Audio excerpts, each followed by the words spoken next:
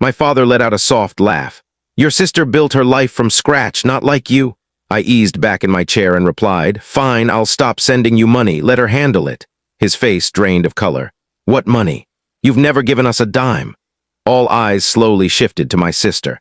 It was mid-dinner, just after Dad poured himself another glass of wine and began praising Hannah as the family's true success story. Your sister earned it all herself. Not like you, he said lightly like a jest, but there was an edge to it. I'd heard that tone before. During my last visit, it was the same. Hannah, the accomplished one, the investor, the one who mastered ambition and finance. I didn't argue then, I never did. But this time I leaned back and said, Fine, I'll stop sending you money, let her handle it. The room went silent like a glass shattering on the floor. Mom froze mid-bite. Dad's eyes lifted from his wine. What money? You've never given us a dime. I stared at them both. I've been wiring $5,000 every month since last April. Mom set her fork down carefully, her face blank, like the words didn't register. Dad studied me, waiting for a grin or a sign I was kidding. You mean you sent it to Hannah? Their heads turned toward her in unison. She sat still, her hand near her wine glass, unmoving. Her cheeks flushed pink, then red. Her shoulders stiffened. She opened her mouth, but no words came. I repeated slower. I sent it to her account because you both said you didn't trust online banking or apps. I told her to give it to you in cash or checks every month. Mom said they'd never received a penny, not once. Dad's gaze locked on Hannah. Where's the money? She mumbled something about business costs. I pressed, what kind of business eats up $60,000 in less than a year with no receipts or profits? She claimed it was for investments. Dad asked how that added up when she told them monthly she couldn't spare $50 for groceries. Mom, her voice soft but piercing, asked why she lied. Hannah had no response. I said, you told them you were broke. You told me they were fine, yet you're wearing designer shoes and driving a new Lexus. That's when Mom said something that hit hard. We missed a mortgage payment last November. We thought it was fine because we believed you'd never let us fall. We trusted Hannah when she said you were too busy but would help when you could. Dad stood, his face ashen, like he'd aged a decade in moments. You stole from us. That's when Hannah rose. No words, she just walked around the table and left the house. No purse, no coat, just gone. The three of us sat there, stunned, like an invisible storm had swept through. I felt foolish, furious, complicit without knowing. I never verified anything. I just sent the money and trusted her. I didn't sleep that night. I thought that was the worst of it. I was wrong. The next morning, the house was eerily quiet. Mom was in the kitchen brewing coffee, saying little. Dad didn't come down until after 10. I think he couldn't face anyone. No one spoke Hannah's name. I checked my phone, no texts, no missed calls from her. She was gone. Her car was still parked outside, but her purse and phone were missing. I spent the day with my parents trying to unravel the mess. Mom kept asking in different ways, did you really send her that much? Did you ever see proof she gave it to us? Did you think she'd actually do it? My answers were weak. I'd been transferring $5,000 via Zelle on the first of every month. I trusted her. She said our parents didn't want to deal with apps or passwords. I assumed she'd deliver cash or write checks. It was supposed to be simple. By afternoon, Dad had had enough. He said he was going to the bank to check something. That's when he learned their mortgage was behind again, a month late. Hannah had assured them it was handled. That night, she returned.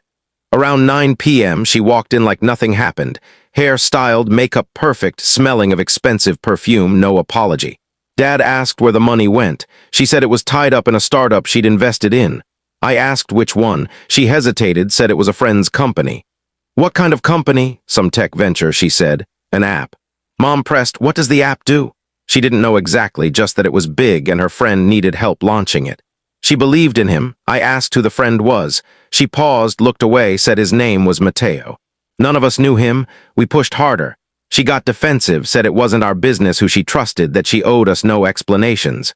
Then she stormed upstairs. But we already sensed something was off, not just the money. She looked thinner, more stressed, always glancing at her phone. Her face seemed strained beneath the makeup. The next day, things got stranger. One of her friends, Tara, stopped by, thinking Hannah was home. She seemed surprised to see me. We chatted casually, but then she asked if Hannah was okay. I said I wasn't sure. Then she dropped a bombshell. I hope she's not still giving that guy money. She maxed out 2 credit cards for him. I asked who. She shrugged. Some guy named Mateo. Said he was building a company, but he just seemed like a leech. I asked how long they'd been together. Nearly 2 years. That's when it hit me. Hannah didn't just spend the money. She gave it to some guy not because he tricked her, but because she let him. I told my parents in the living room. Dad said nothing. Mom buried her face in her hands. It wasn't just about money anymore. It was about who our sister had become. That night we decided we wouldn't let it go. The next day was quiet again. Hannah was gone. Her car wasn't in the driveway. No note, no text, nothing. Mom sat at the kitchen table, staring at a cold coffee mug. Dad was rifling through old papers looking for a family friend, a retired lawyer. I didn't need to ask, we all knew. She didn't just lie, she funded someone's life with our money. And she was still covering for him. By afternoon, I got Hannah on the phone after 3 tries. I told her we needed to talk in person. She said she was busy. I didn't ask with what. I said, come here, or the next conversation will be with a lawyer. 2 hours later, she showed up, arms full of shopping bags, Target, Sephora, some luxury brand I didn't know. She acted like nothing was wrong, kicked off her shoes, dropped her bags in the hall, and asked if there was food. We sat her down at the kitchen table, the same one we'd used for every birthday, Thanksgiving, and Sunday dinner growing up. It felt like a tribunal now. Dad didn't hold back. Is his name Mateo? She nodded slowly. Yeah. Have you been giving him money? Another pause. Yeah, all of it. She looked up, her jaw tight, eyes darting between us. Not all. I spent some on myself, too. What about the credit cards? Mom asked. Hannah's voice wavered. I had to help him. He's building something huge. He just needed time. Time? Dad snapped. You've been at this for 2 years. She insisted it wasn't like that he'd pay it back, that he was working on an app and needed investors who believed in his vision. I asked what the app did. She didn't know, something about finance or logistics, she said vaguely. She swore he was close to launching. Mom asked how much she'd given him total. She said she wasn't sure. I had to step away for a moment. I couldn't believe it, not from her. When I returned, Dad was already talking next steps. He'd contacted someone to help us pursue legal action. At minimum, we'd file a civil suit. That's when Hannah lost it. She erupted, screaming that we were ruining her life, that we didn't understand. Tears streaming, she accused us of trying to humiliate her, destroy her relationship, take away the only person who believed in her. She grabbed a plate from the counter and hurled it at the wall. It shattered. She reached for another, but Mom stopped her. Hannah shouted that if we brought lawyers into this, if we sued Mateo, she'd cut us off forever. Mom pleaded with her to calm down. Dad left the room. I stayed watching her. She wasn't just upset. She was unraveling, makeup streaked, hands trembling. This wasn't just denial, it was obsession, dependency. I asked quietly, do you even know who this guy is? She didn't answer. That night, she locked herself in her room. We heard her on the phone for hours, probably with him, likely begging him to fix it before it spiraled further. But it was already spiraling. The next day, Dad talked to the police. Mom gathered every financial document she could find. I started contacting people who knew Mateo or claimed to. One responded, and what he said made everything worse. The next morning began early. I barely slept, and I doubt my parents did either. Hannah hadn't left her room, no sound, no movement, just silence. I sat at the dining table with my laptop, compiling a list of every payment I'd sent and every detail I could gather about Mateo. Most of what we had was second-hand, vague social media posts, a few mentions from Hannah's friends, a blurry photo of him at a rooftop event. No LinkedIn, no company site, no registered business under his name. Around 10 a.m., the doorbell rang. Mom called from the kitchen to answer it. I opened the door to a guy in his early 30s, jeans and a hoodie, looking casual. Then he smiled. You must be Henry, I'm Mateo. He said it like we were buddies. I didn't respond, just stared. He nodded toward the house. Can I see Hannah? I didn't budge. Dad's footsteps approached. He stopped when he saw the guy. Mateo didn't flinch, didn't look guilty, just said he was here to clear things up, that he didn't want misunderstandings. Dad asked what he wanted. Mateo looked past us calm, saying we were overreacting, that the money was part of a long-term plan, and Hannah agreed to help him. No deception, no lies, just 2 people chasing a dream. I asked why he hadn't repaid a cent. He said it wasn't time yet. I asked if he had proof, documents, plans, contracts. He pulled a folder from his backpack. Inside were 5 pages, a mock-up of an app that looked like it came from a free template site. No code, no wireframes, no names, just jargon and diagrams. Dad glanced at it and chuckled bitterly. This is your empire? Mateo didn't blink. He said he didn't need our approval, just Hannah's. Right then, she appeared in the hallway, having heard us from her room. She walked straight to him, ignoring us, and told him to come in. Dad said, not in this house. She turned to us. Then I'm leaving with him. Mom rushed in, pleading with her not to do anything rash. Hannah looked at me, then back at Mateo. For a moment it seemed she might reconsider. But he touched her back lightly and she walked out with him. We watched them head to his car. She didn't look back. Mom started crying. I grabbed my keys and said I was following. They didn't stop me. I trailed their car through town, keeping my distance.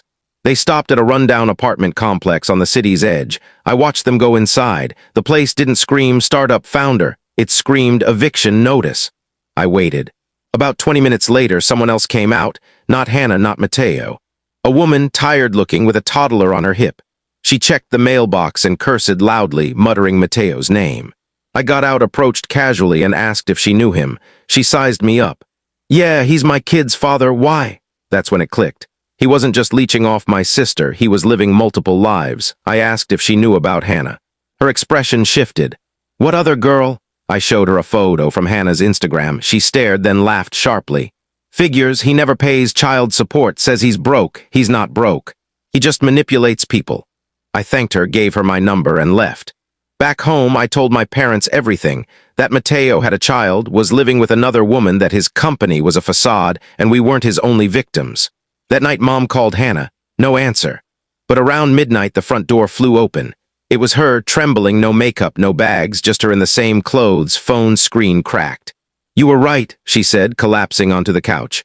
Mom rushed over, but Hannah flinched at her touch like it might break her further. Dad stood with arms crossed, watching her. I sat opposite, waiting. She said Mateo left her at the apartment after a fight. He was supposed to get takeout, but never returned. His phone was off, his clothes gone, even the cheap ring he gave her left on the nightstand. She checked his tablet, something she wasn't supposed to touch, and found messages, dozens, to other women. Promises, photos, proof of money they sent. There were even messages about her, calling her useful and emotional. It hit her like a wave. He never loved her, never cared.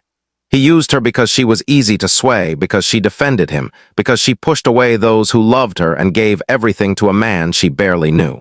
She said she screamed, broke a lamp, and left, walking 2 miles to a bus stop, crying publicly for the first time. Mom kept saying it would be okay. Dad stayed silent, which felt heavier. I asked how much she gave him. She didn't want to say. I asked again. Over $80,000, she admitted, not counting credit cards or the car lease she co-signed for him. I told her about his kid, that the other woman didn't know about her, that he never planned to build anything. She covered her face and sobbed again, not dramatic, just broken, quiet, empty. We sat like that for nearly an hour. Then Dad spoke. "We're going after him." Hannah shook her head, saying we couldn't, that it would worsen things, that he'd vanish, that she didn't want police involved. Dad cut her off. This wasn't about pride. It was fraud, manipulation, exploitation. She wasn't protecting a man who left her with nothing but shame and debt. Mom agreed, saying we had enough to start. Witnesses, transfers, proof of deceit. Hannah resisted, saying lawyers would expose her, make her look foolish, that she couldn't face court or the humiliation. Then Mom said something that broke through. "If you don't stand up now, you'll never reclaim your life." Silence followed. Hannah nodded. That's when the real work started. We filed a police report the next morning, hired a lawyer the day after, handed over texts, receipts, witness names, everything. Hannah gave us access to her accounts. We found more than expected. He'd opened a credit card in her name, faked invoices, even used her Venmo to transfer money under fake business names. A week later, the detective called. They found him not in another state, not hiding, but in Ohio with another woman. Police arrested him at a Dayton hotel. He tried to deny knowing Hannah, claimed she was stalking him, but the evidence was undeniable. The DA pressed charges: fraud, identity theft, financial exploitation. He faced fines and restitution, including emotional damages. He's now awaiting sentencing. Hannah's been at our parents' house since. No shopping bags, no perfume, no phone glued to her hand. She's quiet, helps with chores, apologized not with words but actions. We haven't fully forgiven her, but we're getting there.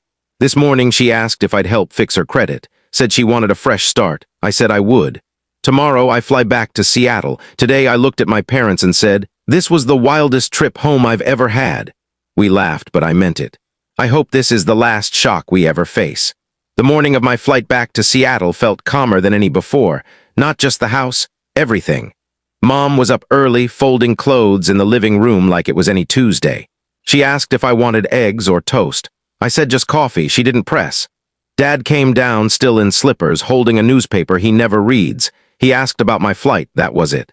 We didn't mention Mateo, the court, or the chaos that nearly broke us. No one wanted to say fraud over breakfast. We just wanted one day where it wasn't the story of our lives. Hannah came down last, hoodie, sweatpants, no makeup, no jewelry, just her. She hugged me, a real hug like when we were kids. She didn't need to say anything. The trial ended the day before. Mateo pleaded guilty to everything: fraud, identity theft, misappropriation, forged documents. His company was fiction. Half the names on his app mock-ups were fake. 5 women pressed charges, Hannah was one. The woman from his apartment came forward too. She didn't know about Hannah until I showed her the photo.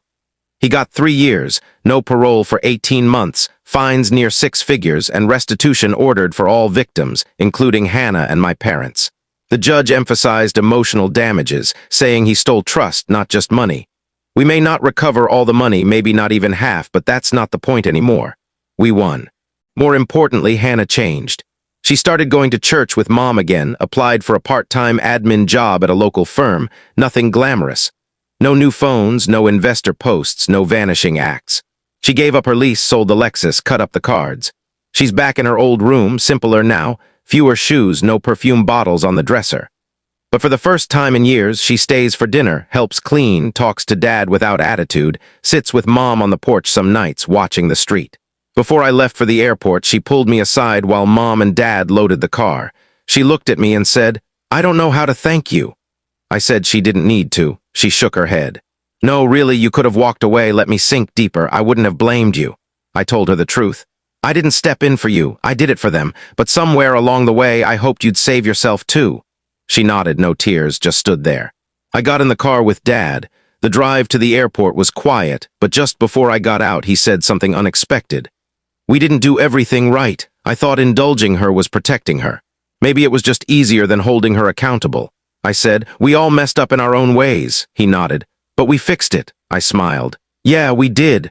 The flight to Seattle felt like a long exhale. I replayed everything. The fake startup, the transfers, the lies, the fight, the broken glass, the woman with the kid, the courtroom, the sentencing. It felt like a film, and I was still in the credits. At my apartment, I stood in the doorway for a minute before entering.